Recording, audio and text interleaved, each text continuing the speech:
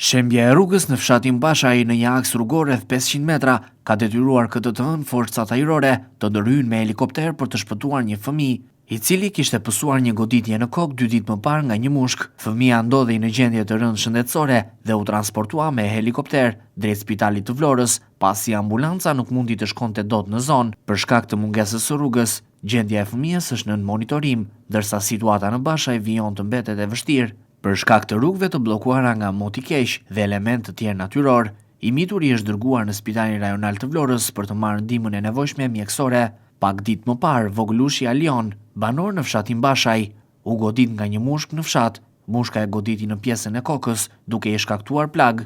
Prej ditësh, vogëlushi mjekoi në fshatin Bashaj, por nuk po shënonte përmirësim, ndërsa kërkoi ndihmë e specializuar mjekësore për mjekimin e tij.